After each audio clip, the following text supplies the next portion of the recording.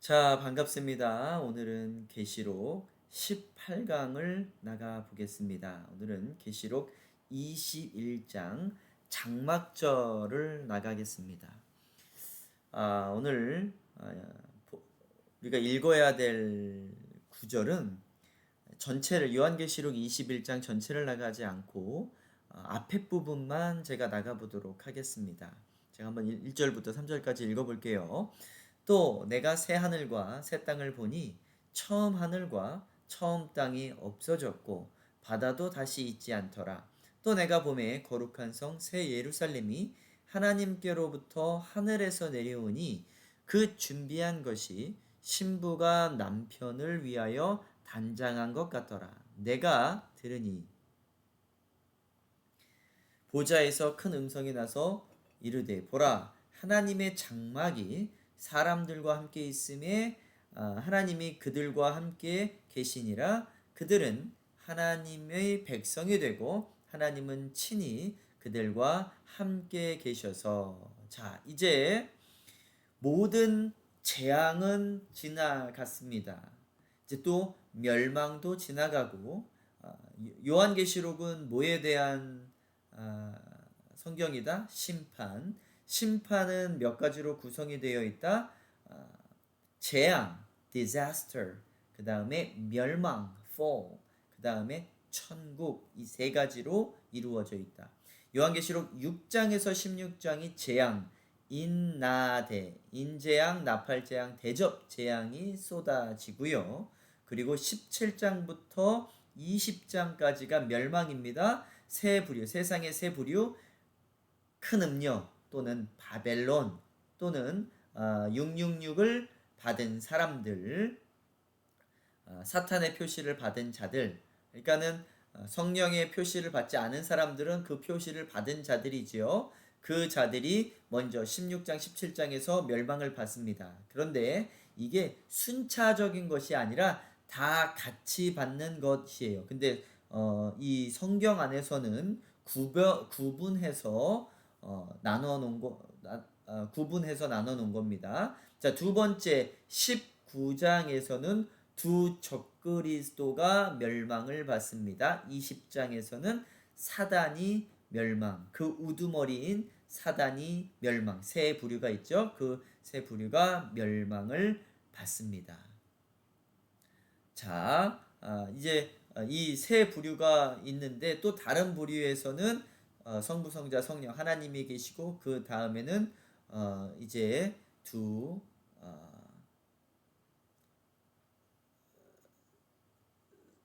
11장에 나오는 제가 이 단어를 항상 까먹어요. 두 증인이 있고 그 다음에 교회가 있습니다. 교회가 증인이라고 하지 않으셨나요? 예, 전체적으로 봐서는 그렇습니다. 그런데 충분히 그들을 대표할 어떠한 사람이, 리더할 사람이 나오는 수도 있다. 그러한 것을 오픈해 놓고 우리가 읽어야 된다라고 제가 말씀을 드렸죠. 이렇게 이쪽 그룹과 이쪽 그룹이 싸우지요. 그리고 결국은 예수님이 다 이겨놓으셨다라고 말씀을 하십니다. 그리고 21장에서는 이제 모든 것들이 다 끝나고 새 하늘과 새 땅이 보여집니다. 그래서 또 내가 새 하늘과 새 땅을 보니, 이 보는 것도 세상에서 잘 보아야 됩니다. 이 힘들고 어려운 세상에서 내가 무엇을 보고 살 거냐라는 거예요. 나를 힘들게 하는 그 사람과 문제를 보고 살 거냐, 건강을 보고 살 거냐, 돈을 보고 살 거냐. 아브라함과 롯은 그 종들이 싸웠을 때 아브라함이 롯을 불러서 네가 좌하면 내가 우하고 네가 우하면 내가 좌하리라. 그러니까 롯이 무엇을 바라보았냐? 소돔과 고모라 땅을 바라보았습니다. 그리고 그쪽으로 가게 되었죠. 근데 지금 사도 요한을 무엇을 보고 있어요? 새 하늘과 새 땅을 바라보고 있습니다. 야곱의 딸 디나는 무엇을 바라보았나요? 세상의 여자들을 바라보았다. 그리고 세상을 나가서 결국은 강간을 당하게 되지요. 예, 이 바라보는 것이 굉장히 중요합니다. 스테반은 돌에 맞아 죽을 때 어디를 쳐다봤죠? 하늘을 쳐다보니 거기에 우편에 예수님을 하나님 우편에 계신 예수님을 보았다라는 말이 나옵니다. 우리가 무엇을 보고 살 것이냐? 이렇게 마지막 때가 되니까 새 하늘과 새 땅을 봅니다. 그다음 처음 땅이 없어지고 그리고 또 보니 하늘에서 거룩한 성 새 예루살렘, 거룩한 성 새 예루살렘. 이 새 예루살렘과 비교하기 위하여서 큰 성 바벨론이 나왔죠. 큰 성 바벨론, 예루살렘은 거룩한 성 바벨론입니다. 제가 다음 시간에도 또 언급을 하겠지만 큰 성이라고 하는 것은 세상의 화려하고 큰 것들, 좋은 것들. 그러나 우리가 바라봐야 될 성은 바벨론 성이 아니라 거룩한 성을 바라봐야 됩니다. 근데 그 거룩한 성이 무엇이냐? 어떻게 생겼냐? 하나님께로부터 하늘에서 내려오니 그 준비한 것이 신부가 남편을 위하여 단장한 것 같더라. 근데 그것을 또 다른 말로 무엇이라고 부르냐? 내가 들으니 보좌에서 큰 음성이 나서 이르되 보라 하나님의 장막이 이 사람들과 함께 있음이. 그 예루살렘 성을 또 다른 말로 뭐라고 부르니까 이름이 여러 가지가 있어요. 크리스찬도 여러 가지가 있고 안 믿는 사람들도 여러 가지가 있고 여러 가지가 천국도 여러 가지로 부르고 지옥도 지옥이라고 하지 않고 불못이라고 부르고 이렇게 이름이 여러 가지 있는 것처럼 이렇게 하나님의 장막이라고 합니다. 영어로는 tabernacle. 자, 요거를 한번 짚고 넘어가야 됩니다. 이제는 우리는 영원한 장막절 안에서 살아갑니다. 그 장막절이라고 하는 것은 무엇이냐? 이 장막을 설명하기 위하여서 장막을 설명하기 위해서 7절기가 설명되어져 있는 겁니다. 맨 마지막이 절기가 장막절이죠. 그래서 우리는 이 절기에 대해서 굉장히 잘 알아야 돼요. 제가 항상 말씀드리지만 저는 절기라고 말하고 싶지 않고 축제라고 말씀을 드리고 싶다 그랬죠. 절기 그러면 뭔가가 다운되고 죽어있는 느낌, 구약에 속해 있는 느낌. 그러나 영어로 하면 feast, 축제입니다. 이 7절기는 7축제예요. 하나님께서 우리에게 주신 축제입니다. 천국으로 들어가는, 천국에서 살 수 있는 그 축제의 길들을 우리에게 보여주시고 방법들을 보여주시고 실체적인 것들을 보여주고 있습니다. 조금 이따가 한번 나가볼게요. 자, 그러한 것들을 히브리서에서는 뭐라고 설명을 하고 있냐? 8장 5절, 히브리서 8장 5절입니다. 그들이 섬기는 것은 하늘에 있는 것의 모형과 그림자라. 그러니까 지금 하늘에 있는 거 뭘 얘기하는 거예요? 거룩한 예루살렘 성을 이야기하는 거예요. 그 예루살렘 성이 내려온다. 그것이 뭐다? 장막이다. 그런데 이것들을 예표로, 모형으로, 그림자로 한국말로 영어로는 figure라고 하고요. 한국말로는 그거를 figure라고 안 그러고 피규어라고 그러나요? 여하튼 간에 작은 모형, 미니어처, 그것을 성막으로 보여준 겁니다. 그런데 그 성막은, 세상에 있는 성막은 얼마나 초라해요. 그것을 다윗이 내 집은 멋있는데 하나님 집도 멋있게 만들겠습니다. 그러니까는 하나님께서 내 집은 그건 모형이지, 내 집은 진짜 하늘에 있어. 그게 너희들 손으로 만든 것들에 내가 있지 않아. 그렇지만 그 성막은 어떠한 의미를 가지고 있느냐? 죄를, 우리가 동물을 가져가서 거기서 제사를 드리고 죄 사함을 받죠.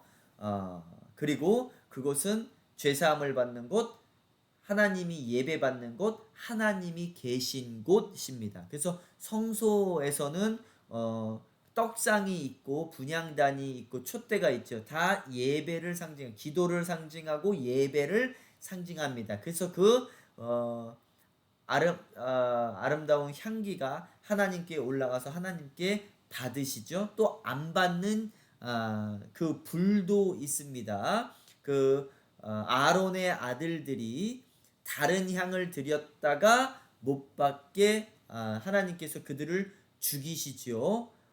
나답과 아비후입니다. 그런데 왜 그들을 죽이셨냐요?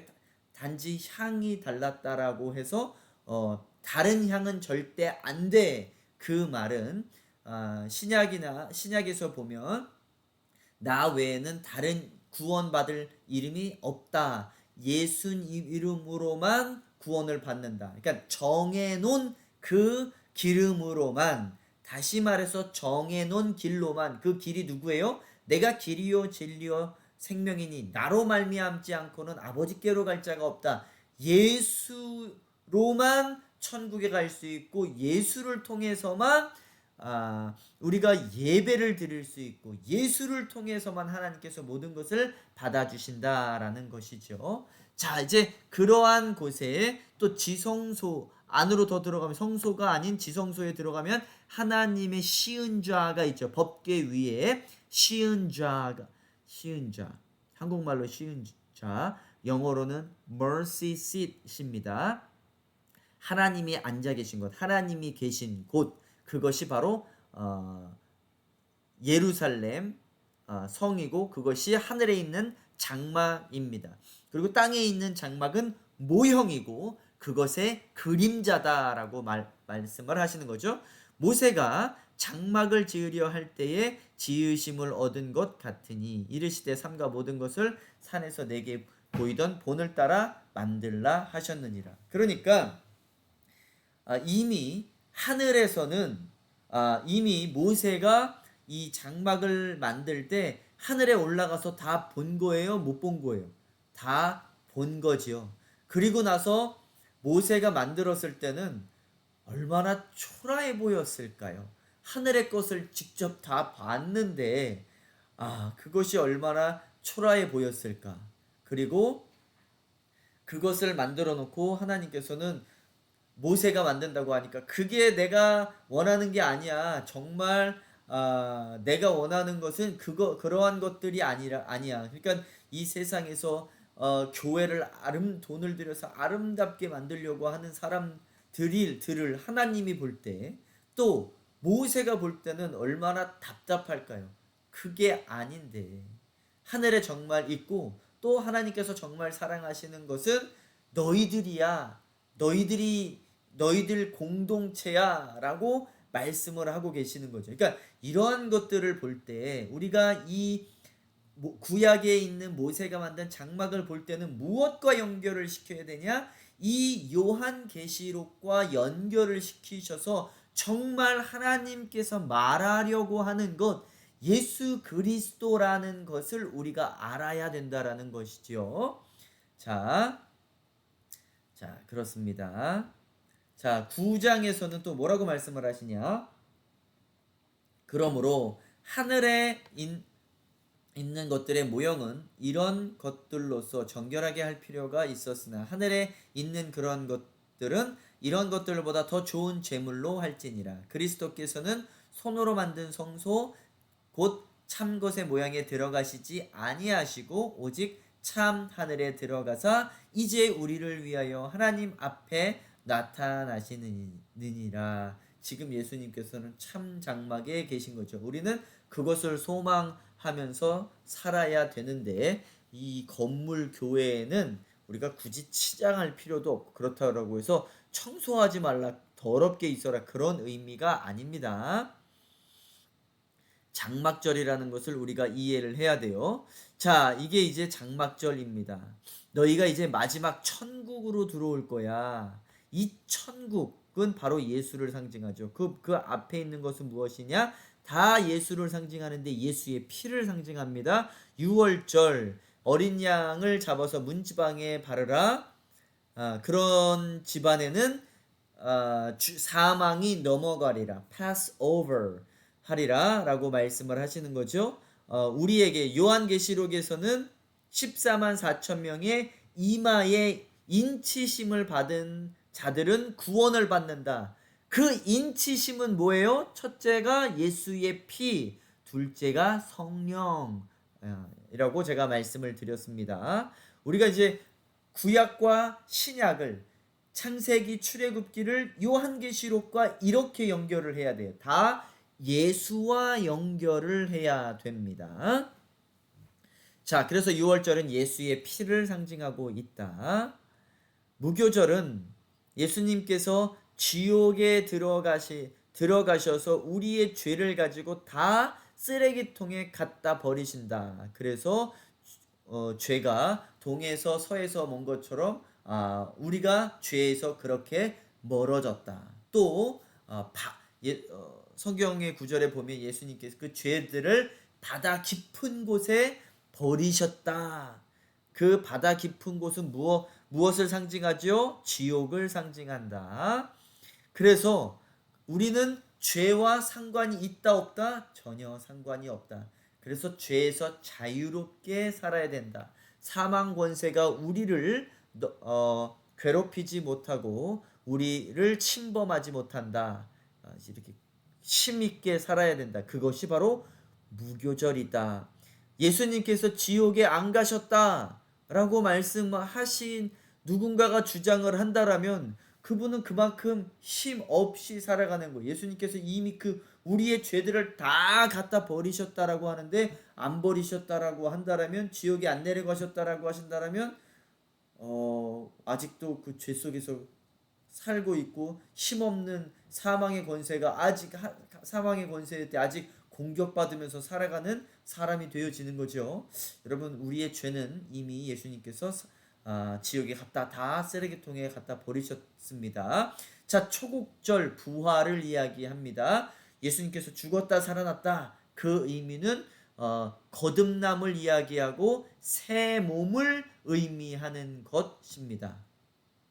그래서 그 부활이라고 하는 것은 죽었다 살아나는 것, 말 그대로 그렇게 이야기하는 것이 아니라, 자, 고린도전서 5장 42절 보면 죽은 자의 부활도 그와 같으니 썩을 것으로 심고 썩지 아니할 것으로 다시 살아나며 욕된, 이게 무슨 말이냐면 우리의 썩을 몸이 없어지고 썩지 않을 새 몸이 얻어지는, 이것이 진짜 부활이야. 죽었다 살아나는 것이 아니라, 그것도 이제 그것도 부활이죠. 근데 진짜 부활은 우리가 영원히 썩지 않을 그 몸을 얻는 것, 그것이 부활이다.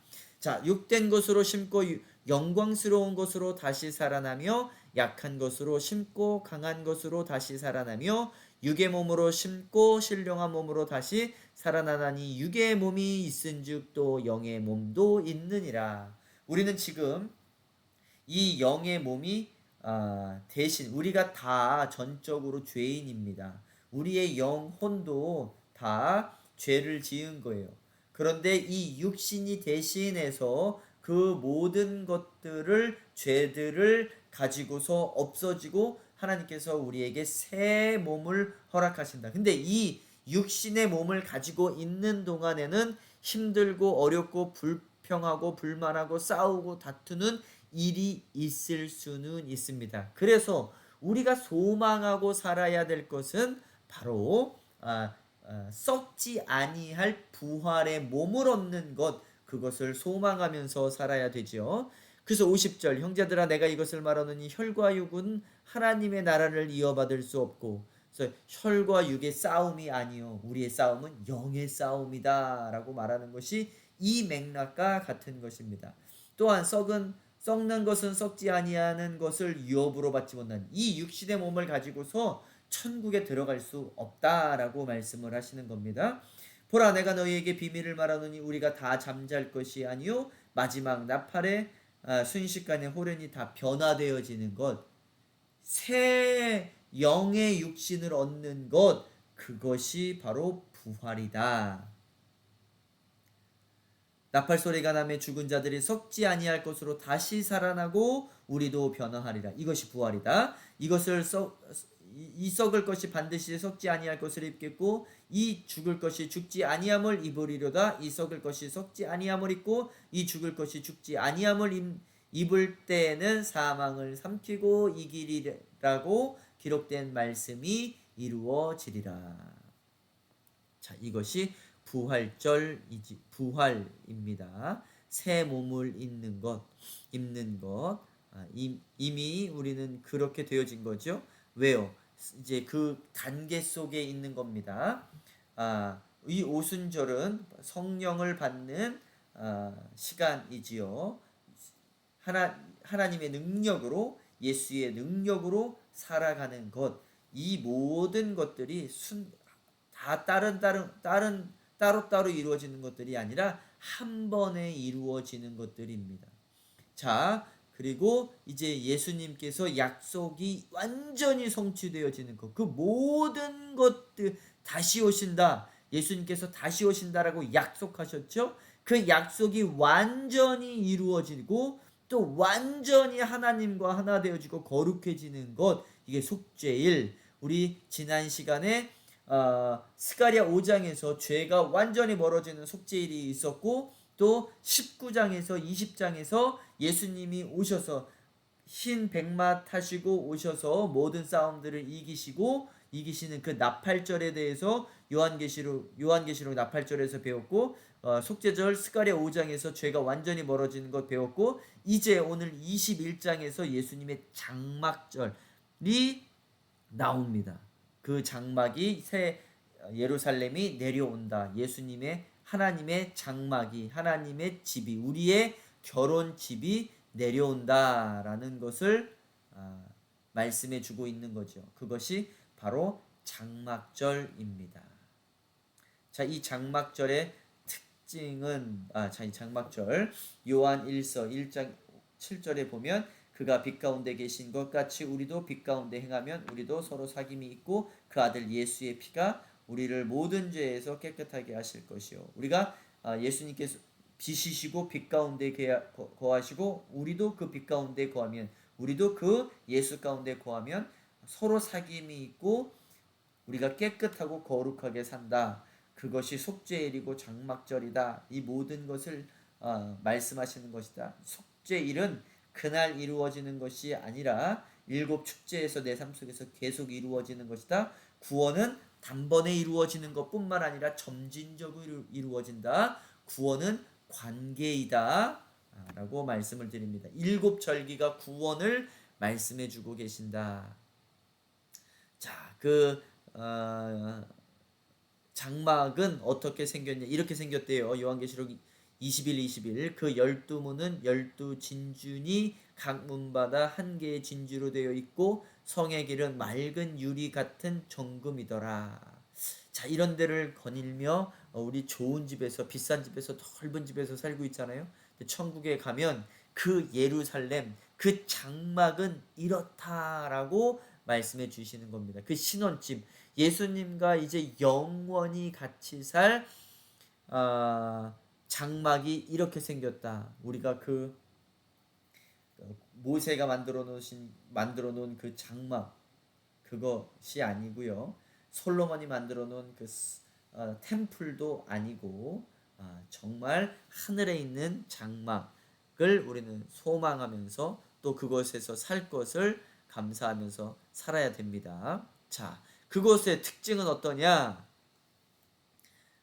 예루살렘 성 장막의 특징은 죄가 없는 것입니다. 성막은 죄 지은 사람이 양을 한 마리 끌고 가가지고 그 안수를 하지요. 안수를 할 때 예배자, 양을 끌고 온 사람이, 제사장이 기도를 하는 게 아니에요. 예배자, 끌고 온 사람이 기도를 합니다. 안수를 합니다. 내 죄가 이 양에게 다 갈 것이다. 이렇게 안수를 하는 거예요. 그걸 영어로 imputation, 전가라고 합니다. 책임 전가, 죄 전가, 죄를 이 양한테 전가시키는 거예요. 그래서 이 양이 내 죄를 가지고 대신해서 죽는 거예요. 그래서 신약에 와서는 예수님께서 내 죄를 대신해서 죽죠. 그래서 이제 성막 안에 들어가면 내가 죄가 없어집니다. 성막은 죄가 없는 곳, 깨끗한 곳이 되어지지요. 그래서 1절에 보면 내가 새 하늘과 새 땅을 보니 처음 하늘과 처음 땅이 없어지고, 왜 처음 하늘과 첫 땅이 없어질까요? 이 세상은 죄가 넘쳐나는 곳이었기 때문에 그렇습니다. 죄가 넘쳐나는 것. 그 죄로 말미암아 육신의 건강도 있고, 또 사람과의 관계 문제가 있고, 또 내가 돈을 보면 쫓고 싶고, 그런 것을 하다 보면 죄를 지을 수 있고, 내 눈이 음탕한 것을 보면 죄를 지을 수 있고, 그런 세상이었어요. 죄성이 많은 sinful world, 죄가 많은 세상이었는데 그것이 없어졌다. 그 말은 죄가 없어졌다. 우리는 죄 없는 곳에서 이제 살아가게 됩니다. 또 전쟁도 없고, 뭐 온난화도 없고, 뭐 이제 마귀의 미혹도 없고, 동성연애도 없고, 그런 곳에서 살아가는 것이죠.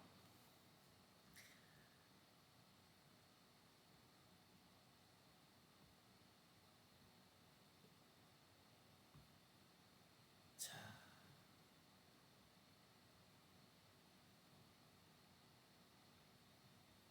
죄송합니다. 죄가 없는 곳.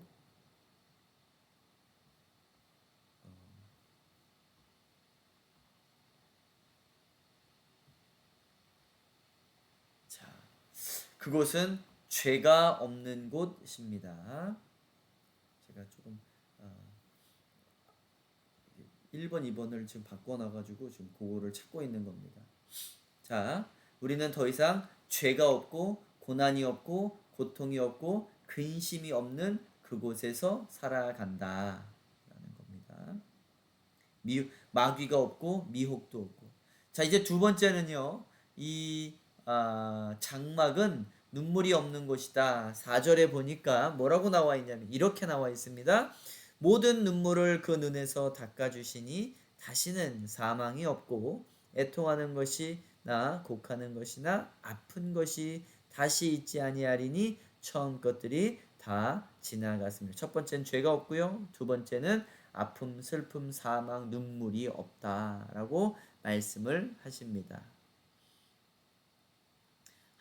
어떤 여자가, 젊은 여자예요.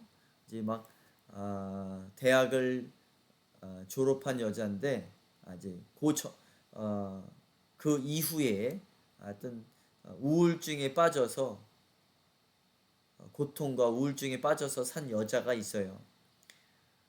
그 여자는 대학교 때 친구가 파티를 한다고, 미국 여자분인데 파티를 한다고 불러냈는데, 엄마가 밤에 나가지 말아라 라고 했는데, 이제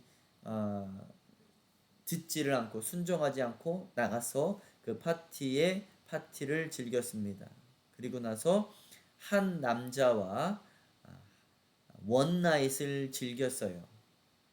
크리스찬이고 했는데, 근데 원치 않는 임신을 했습니다. 그리고 그 남자는 도망갔어요. 나는 책임이 없다. 그리고 도망갔습니다. 근데 이 여자는 아기를 홀로 키우면서 이 키울 것을 생각을 하니 못할 것 같아서 결국 낙태를 합니다. 어버션을 해요. 낙태를 해요. 그리고 나서 이제 나머지 평생을 죄책감 속에서 살아갑니다. 그러다 보니 그 죄책감을, guilty feeling을 잊기 위하여서, 우리는 그 guilty feeling이 있으면 하나님의 앞에 나와서 회개를 해야 되는데, 사람들은 그 guilty feeling이 있으면 어디 앞으로 가냐? 술과 마약 앞으로 갑니다. 그래서 이 여자가 술과 마약으로 살다가 십몇 년 동안을 아주 그냥 페인처럼 살아갔습니다.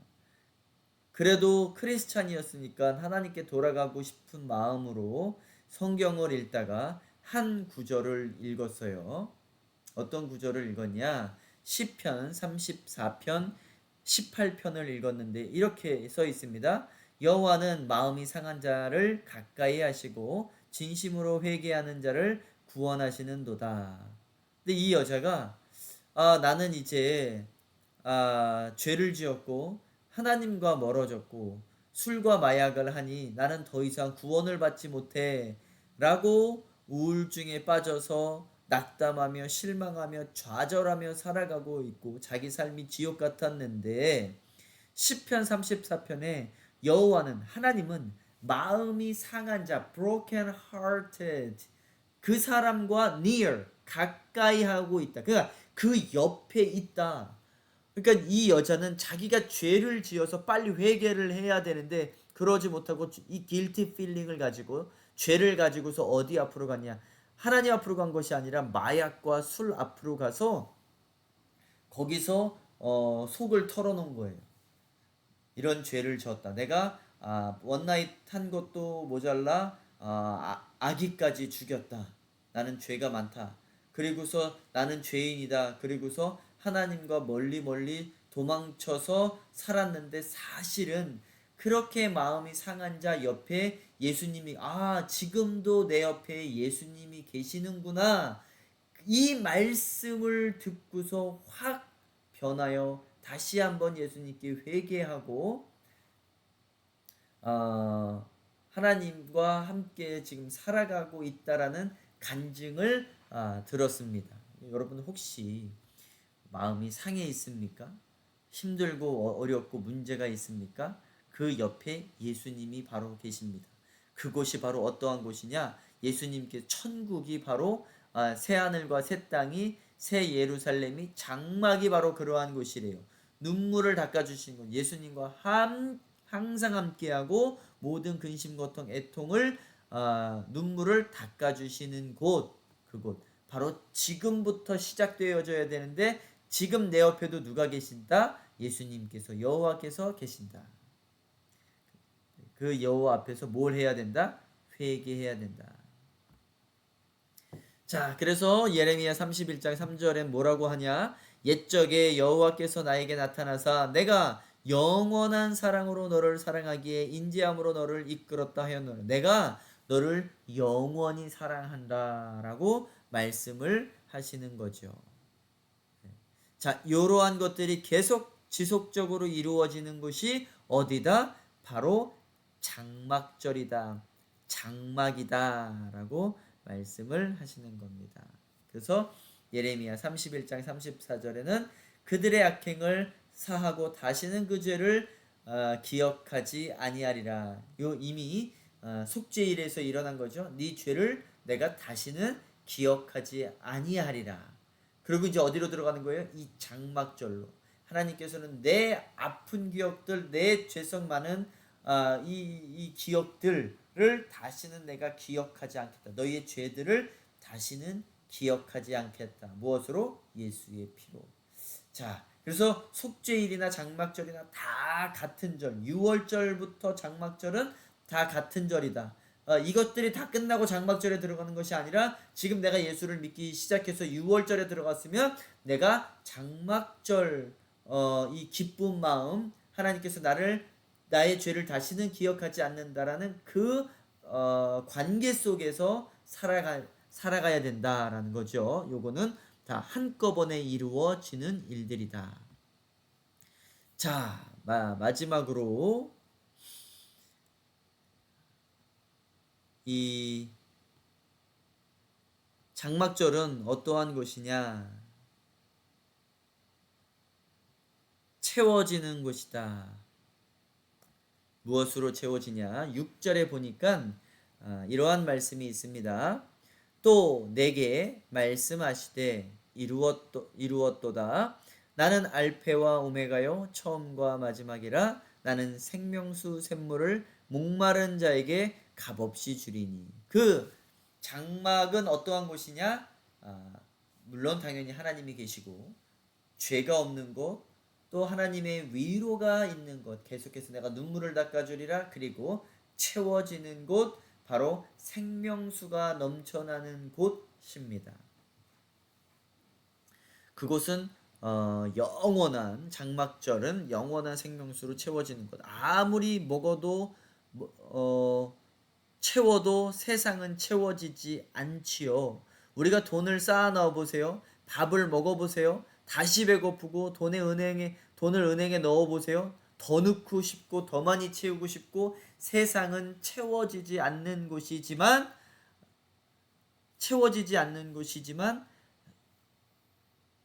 장막절 그 천국은 생명수로 채워지는 곳, 계속해서 그 생명수가 넘쳐나는 곳, 그것이 무엇을 이야기해주고 있다?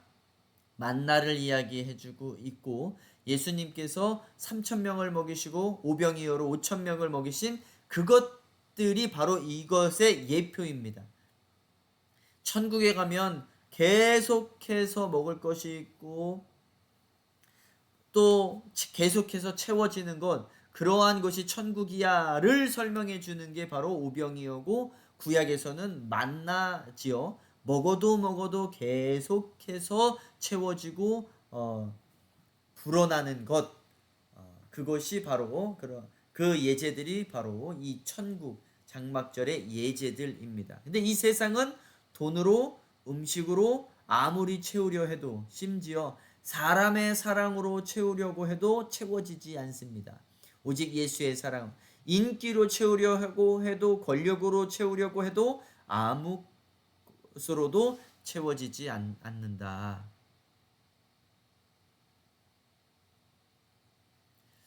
자, 천국은 더 이상 죄송합니다.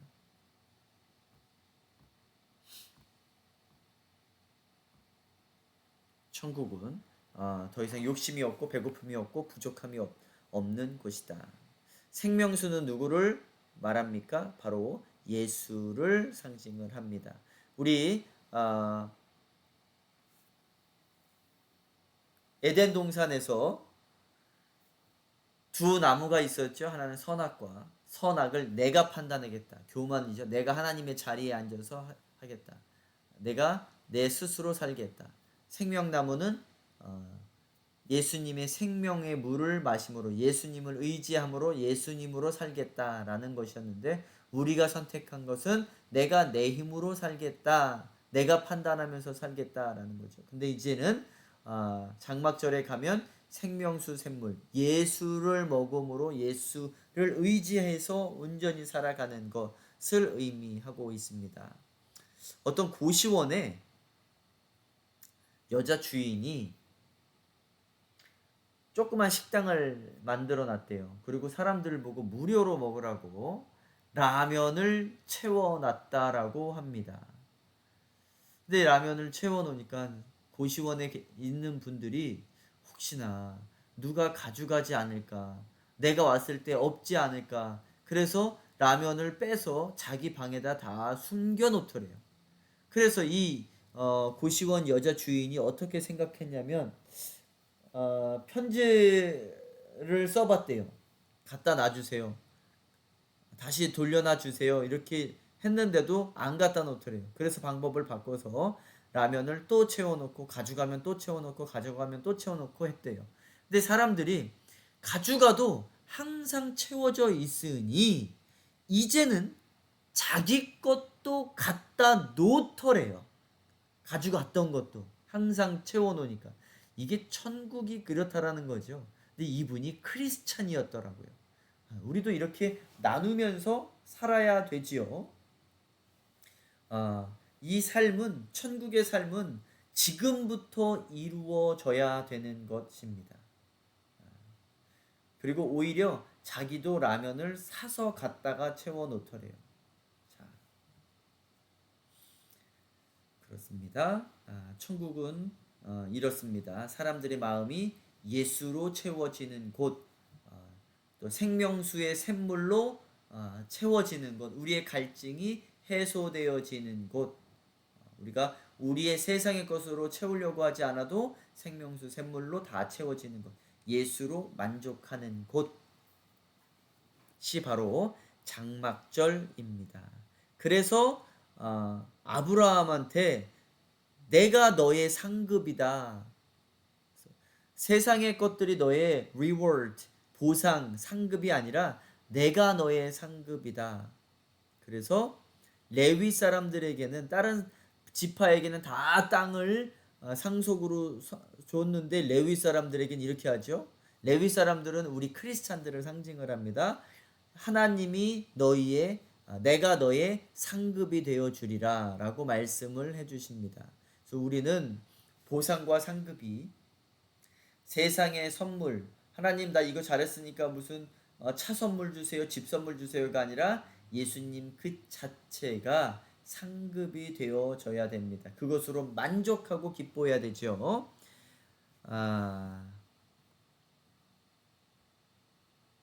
자, 그래서 시편 23편 5절 이렇게 고백을 합니다. 주께서 내 원수의 목전에 내게 상을 차려주시고 내 기름을 내 머리에 부으셨으니 내 잔이 넘치나이다. 다윗은 이렇게 말을 합니다. 하나님께서 나를 다 채워주신다. 그래서 감사하다. 나는 부족함이 없다. 나는 넘쳐난다. 라고 고백을 합니다. 요한복음 4장 14절에 뭐라고 말씀하시죠? 내가 주는 물을 마시는 자는 영원히 목마르지 아니하리니 내가 주는 물은 그 속에서 영원하도록 솟아나는 샘물이 되리라.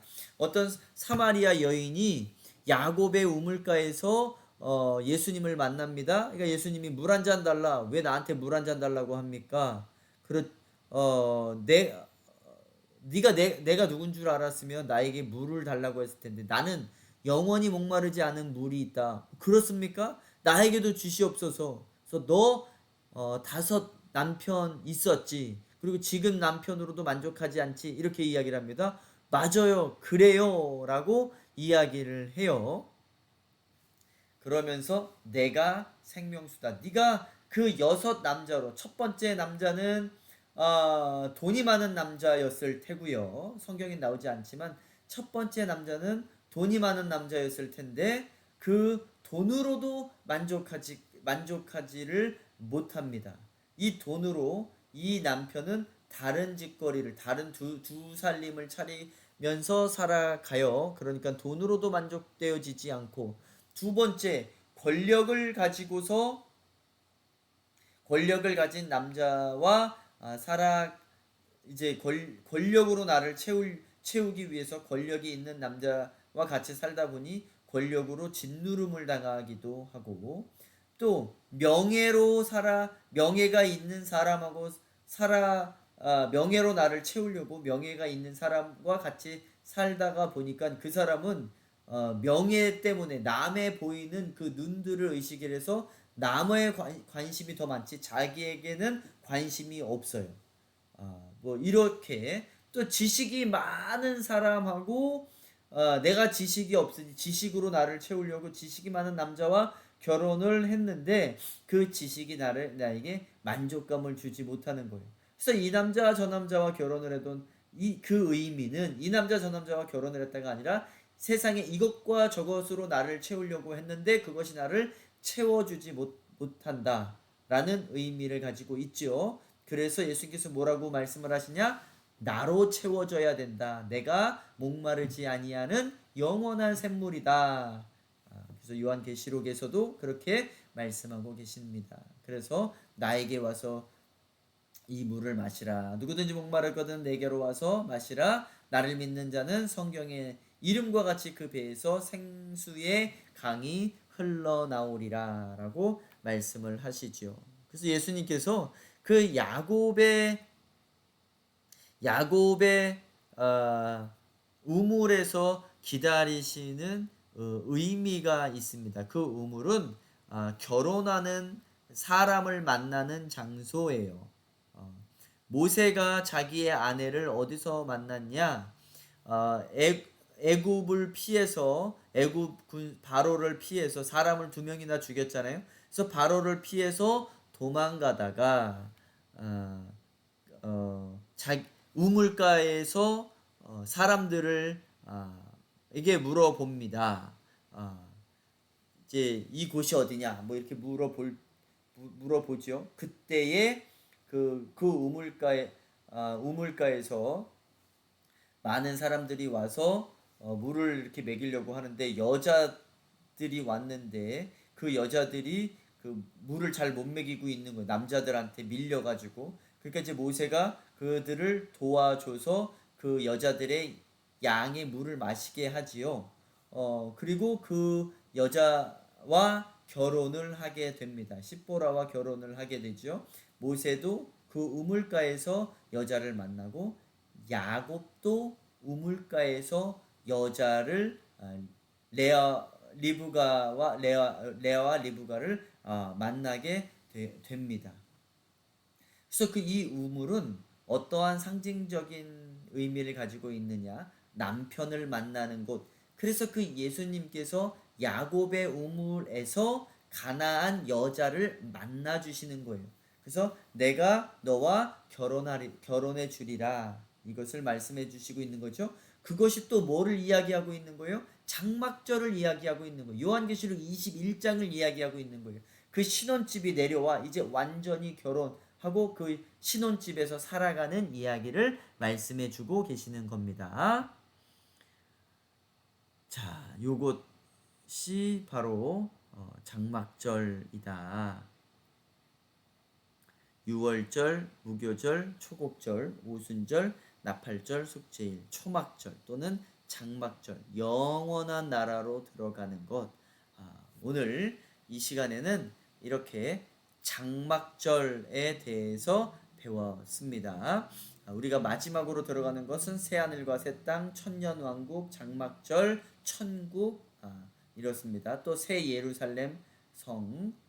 자, 이제 다음 시간에는 21장을 나가고 그 다음 시간에는 22장을 나가겠습니다. 자, 오늘 수고하셨습니다.